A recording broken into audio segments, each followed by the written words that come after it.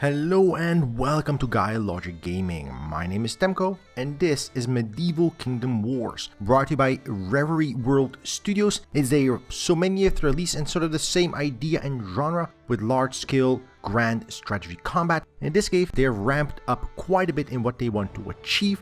And as of right now, coming into early access, they've implemented some parts of it. They have about a year to go in early access, so a lot can, will, and definitely should be added and changed as we go ahead and look at what is currently available and whether or not it's worth your time. Before we dive into grand strategy medieval combat gameplay, we'll take a look at the options and talk a little bit about PC performance and gameplay stability, because there are a couple of issues here and there. Options wise, the game has a semi-weak options menu. The biggest thing here that you notice is the fact that the resolution can only be changed outside of the game, which is also where the windowed or full screen mode change is. Not the greatest. In fact, the developers are saying you should use the Windows Alt key combination to switch to windowed mode, which is never a good thing in my opinion. Using Windows Command key controls to switch your game from windowed full screen or full screen windowed is never okay. It should just simply be added to the game. It's not that difficult. Every game in the world basically does it. That said, the game does have some options in regards to draw distance, shadow quality, water quality, etc. It doesn't really have options in regards to texture quality or world detail quality, which is not so great because the world doesn't look that fantastic. It looks a little bit dated and very jaggy and old. It feels like a game from the 2010s and not 2017 in terms of visual fidelity. Not so cool. I do hope they upgrade that during early access, but we'll wait and see.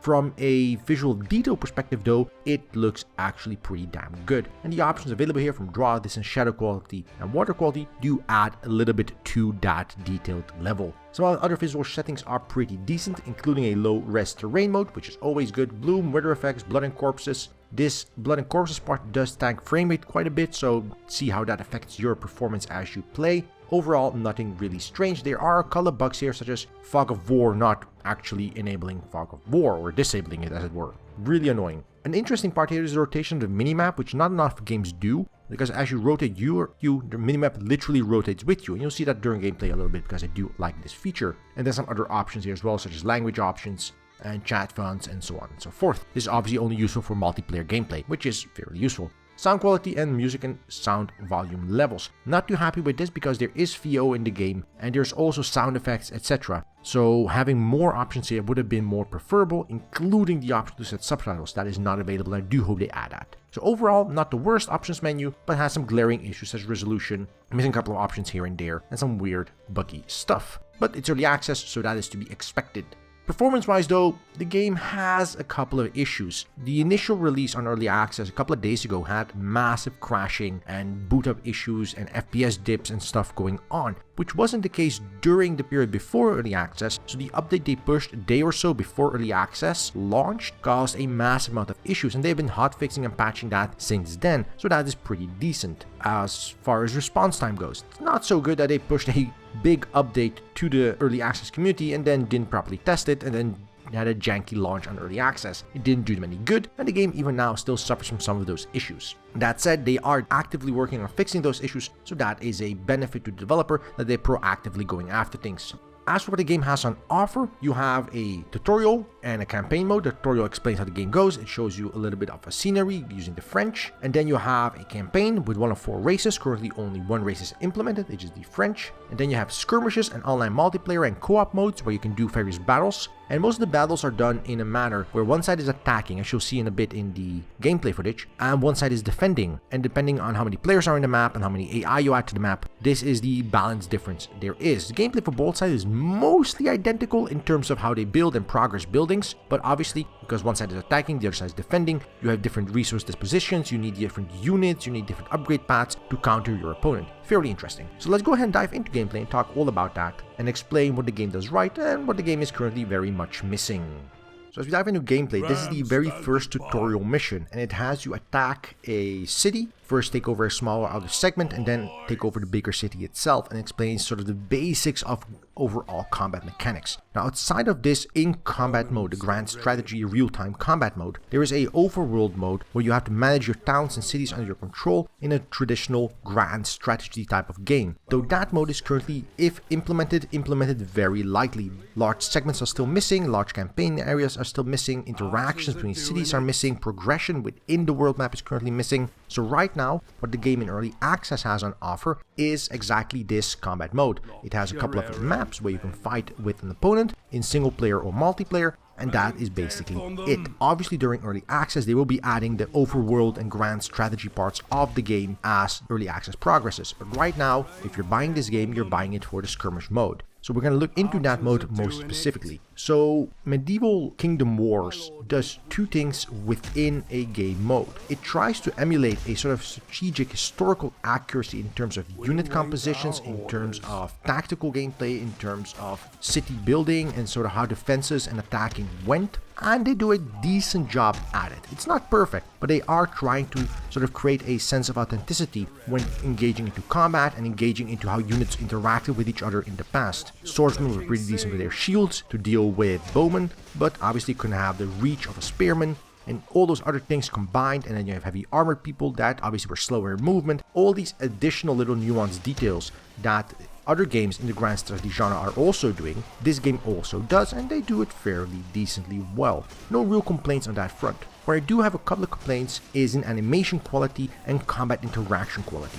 So one of the first things you do when you start a tutorial mission is attack a small fort. You do so by either ramming the gate or scaling the walls and sending your troops over there, and you can send archers to flush out enemies in towers and stuff like that. But from a combat interaction standpoint, archers are ridiculously overpowered right now, and obviously balance is not the biggest important thing in early access, I think, for the developers while they're implementing massive features like the overworld. It still causes some annoyances and issues, with line of sight being very wide for archers, whereas melee units have no such thing, trebuchets having a massive range and getting information from fog of war, and it's all these different ways that interaction between different tactical units goes, that sort of just always misses the mark just a bit. That isn't to say that they are making a bad game, far from it. What is implemented so far has the core idea and the core interaction and progression of a very excellent medieval style grand strategy game with real-time combat. But because of the way they're currently working it, there is still a lot missing that they need to add, and even with a year in early access, currently there is a lot of minor gripes and issues I have with combat interaction. I just explained how line of sight is an issue, but also things like boiling oil being very restricted where you can place it on walls, archers not being protected even though they're in towers from other archers, so there's a lot of annoyances here and there. And interaction between units, such as commanding a unit to attack, and movement positioning and tactical positioning. For example, if half a company is dead, you can't merge it with another half-broken company. All these extra little bits that would make up a decent combat mechanic, they sort of struggle to keep it going from just acceptable at this point in time. And it isn't to say that can be amazing, but right now there's so many minor annoyances and lack of polish in every area of the game that, yes, while early access is expected, still annoys the living hell out of me. That said, the game does a very good job of creating combat tension in between different tactical units. You really want to think ahead and plan ahead when you're trying to do combat. You're thinking ahead on what kind of walls the opponent has. Can I break him down with trebuchets? Do I need flaming trebuchets? Do I need an upgrade path? Do I need to send my serfs and my workers, so to say, out gathering large amounts of trees because I'm building longbowmen? Or can I deal with crossbowmen that need very different resource production? Am I going to need to create pigs in food production? Or am I going to take cows and trickle down food from that regard, because those work differently? Do I need a large amount of combat tents or city houses if you're on the defending side to house my population and feed them as they exist? Or am I going to try to keep my camp very structured and very small and lead small waves of enemies into my opponent, trying to get in from different harassing sides? From a tactical perspective, those things work immensely well. You are forced to think ahead, you're forced to plan ahead, and you're forced to commit to a certain combat mode, because building units, gathering resources, positioning units takes long, is pretty slow, and needs and requires you to think ahead. And your opponent needs to plan ahead as well. He can't just build every defense everywhere. If he builds trebuchets or scorpions on his walls, he's gonna have to deal with archers perhaps, or your own trebuchets from a large distance. If he is focused very heavily on melee units, and ground combat, you can just deal with him by sending in some cavalry down the line. All of these differences allow for a very interesting and unique combat experience, which rivals games like Total War series in terms of complexity on the battlefield. The advantage that this game adds on top of that is not just that the battlefield is a battlefield, but there's RTS, traditional resource gathering, unit accolation, progression paths, and everything related to that during that combat encounter. And in that case, this game does a much better and interesting job in creating that combat progression during a skirmish. So not only do you have the single player / co-op campaign with the overworld and overall grand strategy, you have a viable multiplayer RTS in the medieval sense style. And that is a very interesting idea. And even when the implementation here is buggy on almost every end due to early access, even so, going forward, this has all the makings of a very solid competitive RTS because the game always offers a good solid progression path, good solid tactical choices, and differentiation between gameplay modes. So even if you're the attacking side or the defending side, based on what your opponent does, based on terrain, based on positioning, based on the way walls are built, you may and will need to adapt different tactical approaches to dealing with all of these different things. And even if you're the defending side, that doesn't really change that you can attack your opponent. You're not forced to deal with their enemy. You're just one that is entrenched while the opponent is attacking. It's a very interesting idea here, and it does translate to a very interesting overall multiplayer gameplay. Now, from the base building aspect of this RTS, there's three main components. As with any good RTS, you have your production facilities. So this is where you build your swordsmen and archers and siege equipment and cavalry, etc. Then you have your resource production capabilities. And this is where you get your iron, your stone, your wood, and your food. And then you have your supply and upgrade paths. And those supply and upgrade paths are combined in between the different production facilities. There's also specific buildings that deal with those kinds of things. So you have all the makings and all the components for an interestingly complex, multi-tiered game. All these extra additional tactical steps that games like Dawn of War 3, for example, didn't have are added to this title, which brings it much higher up to par in both gameplay complexity as well as tactical complexity you can enhance and use during your match. Much more interesting in my opinion than just having an overall battle between two set armies. Just the changing of different compositions on the fly, the ability to shift tactics during a match allows for much more interesting gameplay variety.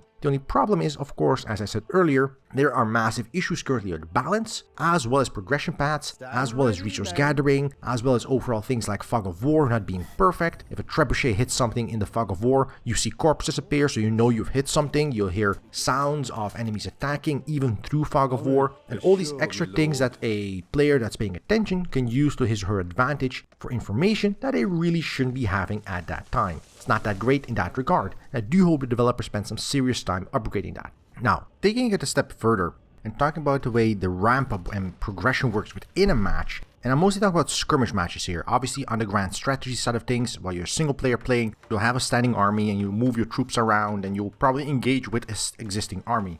But on the skirmish side of things, where you're just engaging in combat, you are obviously starting with 0. And at that point, I feel progression within a match is very slow. Now, this isn't the biggest issue in relation to combat and overall interaction between units and researching and building stuff, etc. That is fairly fast and rivals games like StarCraft in terms of build times, in terms of progression times regarding those things. But the biggest issue here is resource gathering, and more specifically, it is wood.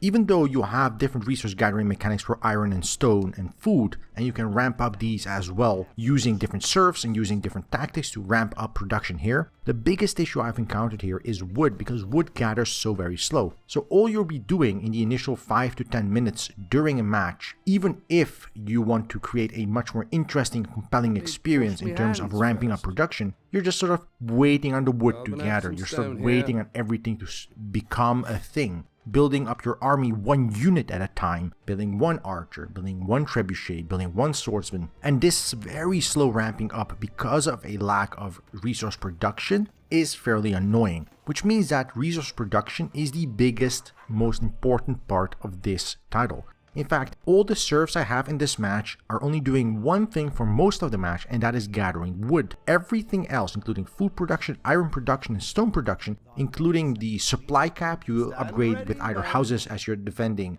or tents as you're attacking are all secondary to this primary issue of wood. And it's fairly annoying. I do hope the developers spent some serious time ramping up production into much more smooth flowing experience during skirmish matches.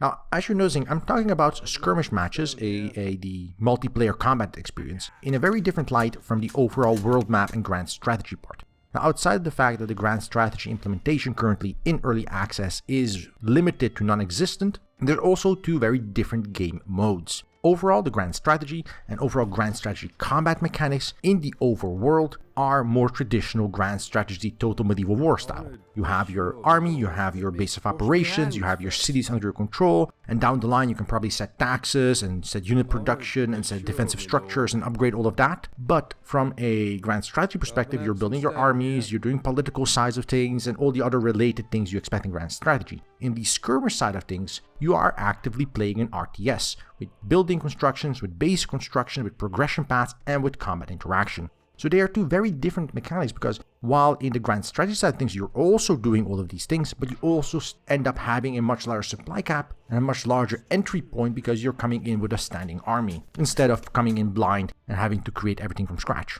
Moving on from there, there's two more important parts of this game that I'm kind of worried about currently in its early access implementation. That is animation quality and overall unit interaction quality. Right now, animation and also graphical quality is fairly low. Animations for all the various units are very stilted, are very slow to respond, and you never really know what is going on with a specific unit, what it's doing at that moment. Right now, as I'm looking at the UI, I do not really have an overview of how many trebuchets I have. I don't know how many archers I have. I don't really have a way of selecting just that one unit. I have no way of toggling through my units.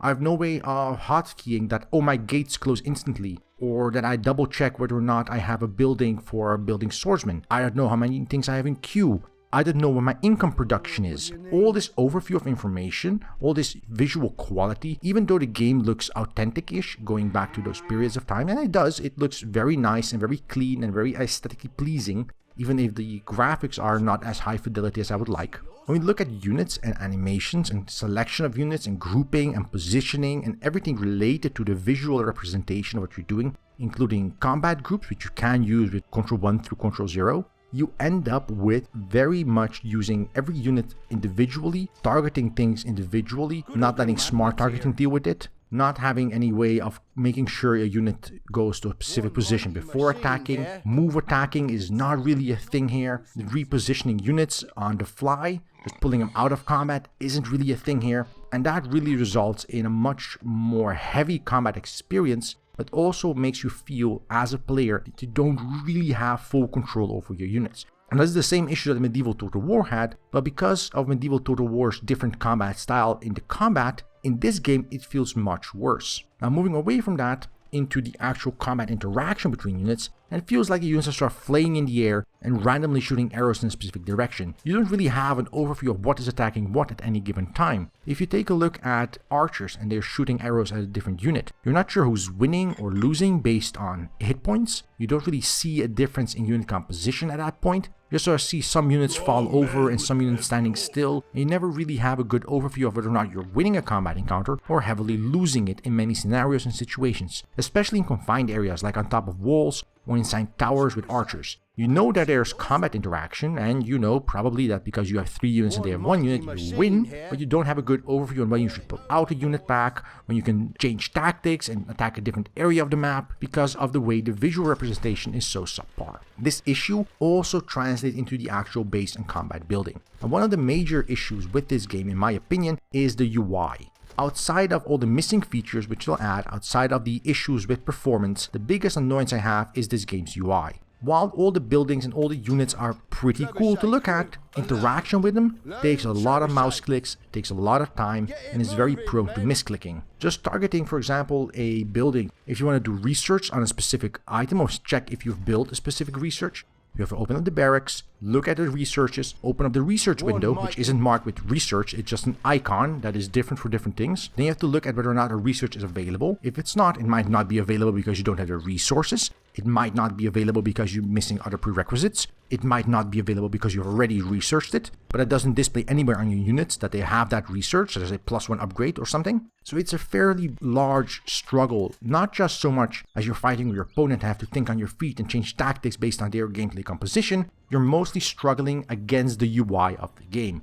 And if there is a big critique I can give on this game currently, that really puts a damper in my enjoyment, it is that UI. Because I can deal with bugs, especially in early access. I can deal with missing features, again, especially in early access. But a bad UI just saps all the enjoyment out of a game, because you're struggling against the game and not struggling against the challenge the game is supposed to provide. Now, in conclusion, Medieval Kingdom Wars does a couple of things very, very right. It has a very interesting combat interaction. It has very good, solid, diverse base building and tactics used for combat. It has a very interesting concept of attacker, defender, and the different varieties you can have in that. It has a very solid multiplayer mode. While implementation is currently still bare bones, I do hope they add on to that. But the foundation here is excellent. The tactical gameplay and tactical diversification between different unit compositions and progression paths and things like upgrades is also very, very good. But again, balance is a little bit iffy.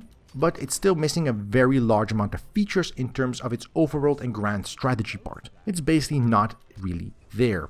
And I believe the developers will be focusing mostly on that during their expected year or so in early access. And I would like to see them also focus on tightening the UI, making it better overall, probably overhauling it in my opinion, because that is currently the biggest bugbear I have with this title. Now, would I recommend you check out Medieval Kingdom Wars in its current early access implementation? The answer to that is probably not. Not because it's a bad game, not because it doesn't have a future or the base core idea is not well implemented, but because currently there's too many technical issues with the title. As I said at the start of this look in early access, the game launched with early access with a massive update, and there's another massive update coming in just a few weeks after early access launches, where the developers will be doing a large amount of additional changes, and this means more bugs, more instability, more crashes, more issues. And while they're on top of responding to these issues, they're still experiencing them. So my suggestion will be to wait a couple of months until the basic core implementations for most of the foundations in terms of skirmishes, multiplayer modes, as well as the campaign and grand strategy part of the game are implemented, and then diving into this game, because the foundation here is very enjoyable, the overall combat is very enjoyable, and the overall idea of tactical gameplay is also very enjoyable. But it's missing most of the additional parts you need and most of the polish you want to really let yourself go and stab someone in the back with an army of swordsmen while burning flaming trebuchets smash into their houses. If you are interested in Medieval Kingdom Wars, you can check it out on Steam. There's a link in the description below, as it's currently available for the price of about $20 or your regional equivalent. So thank you for watching. If you like this video, smash that like button down below. If you didn't like this video, there's a dislike button for exactly that purpose, and leave a comment. Tell us what you liked, tell us what you didn't like. Do you feel if this game has a future or not in the world of grand strategies and RTS titles? And if you want to see more content like this on the channel, just smash that subscribe button down below and we will deliver. And until then, I wish you a good day, and until next time, right here on GuyLogicGaming.